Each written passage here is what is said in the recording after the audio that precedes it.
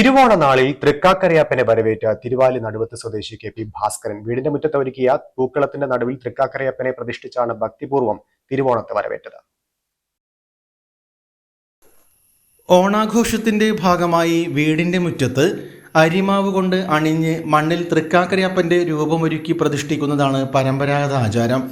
വിളവെടുപ്പിന്റെ ഉത്സവം കൂടിയായ ഓണം സമൃദ്ധിയുടെയും ഐശ്വര്യത്തിന്റെയും സന്തോഷത്തിന്റെയും പ്രതീകമായാണ് കേരളീയർ ആഘോഷിക്കുന്നത്. അത്തന്നാൾ മുതൽ പൂക്കളം ഒരുക്കുന്നവർ ഉത്രാടം വരെ പൂക്കളം വിപുലീകരിക്കുകയും തിരുവോണ ദിനത്തിൽ പൂക്കളത്തിന് നടുവിൽ തൃക്കാക്കരയപ്പനെ പ്രതിഷ്ഠിച്ച് പൂജിക്കുകയും ചെയ്യുന്നതാണ് പതിവ്. തൃക്കാക്കരയപ്പൻ മാവേലിയാണോ വാമനനാണോ എന്നതിൽ വ്യത്യസ്ത വിശ്വാസങ്ങൾ നിലനിൽക്കുന്നുണ്ടെങ്കിലും തൃക്കാക്കരയപ്പൻ മഹാവിഷ്ണുവിൻ്റെ സങ്കല്പമാണെന്നാണ് കെ.പി. ഭാസ്കരൻ്റെ വിശ്വാസം.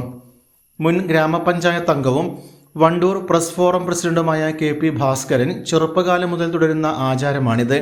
വർഷങ്ങളായി മുടങ്ങാതെ തിരുവോണനാളിൽ തൃക്കാക്കരയപ്പനെ പ്രതിഷ്ഠിച്ച് പൂജിക്കുന്ന പതിവ് ഇന്നും അദ്ദേഹം തുടരുകയാണ്.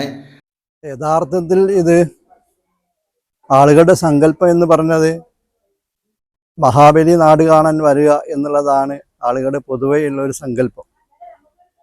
യഥാർത്ഥത്തിൽ അതല്ല, ഇത് മഹാവിഷ്ണുവിൻ്റെ ഒരു സങ്കല്പമാണ്. അദ്ദേഹം മഹാബലിയെ പാതാളത്തിലേക്ക് ചവിട്ടി താഴ്ത്തിയെന്നാണ് ആളുകളുടെ വിശ്വാസം. യഥാർത്ഥത്തിൽ അങ്ങനെയല്ല. ഈ മഹാബലിക്ക് മഹാവിഷ്ണു വേറൊരു ലോകം തന്നെ എടുത്ത് ഉണ്ടാക്കി കൊടുക്കുകയാണ് ചെയ്തിട്ടുള്ളത്. പക്ഷേ ഞാനിത് ആ വിശ്വാസത്തിൽ വെച്ചല്ല അത് ചെയ്യുന്നത്. ഇതൊരു കല എന്നുള്ള നിലക്കാണ്. വരും തലമുറയ്ക്ക് എൻ്റെ കുട്ടികൾക്കും പേരക്കുട്ടികൾക്കൊക്കെ ഇത് അറിയാൻ വേണ്ടി ഇങ്ങനൊരു കലാരൂപം ഉണ്ട് എന്ന് പരിചയപ്പെടുത്താൻ വേണ്ടിയാണ് ഞാൻ ഇത് ചെയ്യുന്നത്. മണ്ണ് കൊണ്ട് തൃക്കാക്കരയപ്പനെ ഉണ്ടാക്കി അത്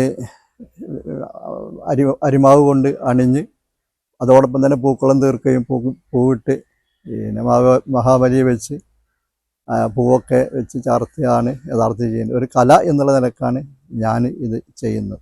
യഥാർത്ഥത്തിൽ ചിങ്ങമാസം എന്ന് പറയുന്നത് ഒരു കാർഷിക വിളവെടുപ്പിൻ്റെ ആരംഭമാണ്.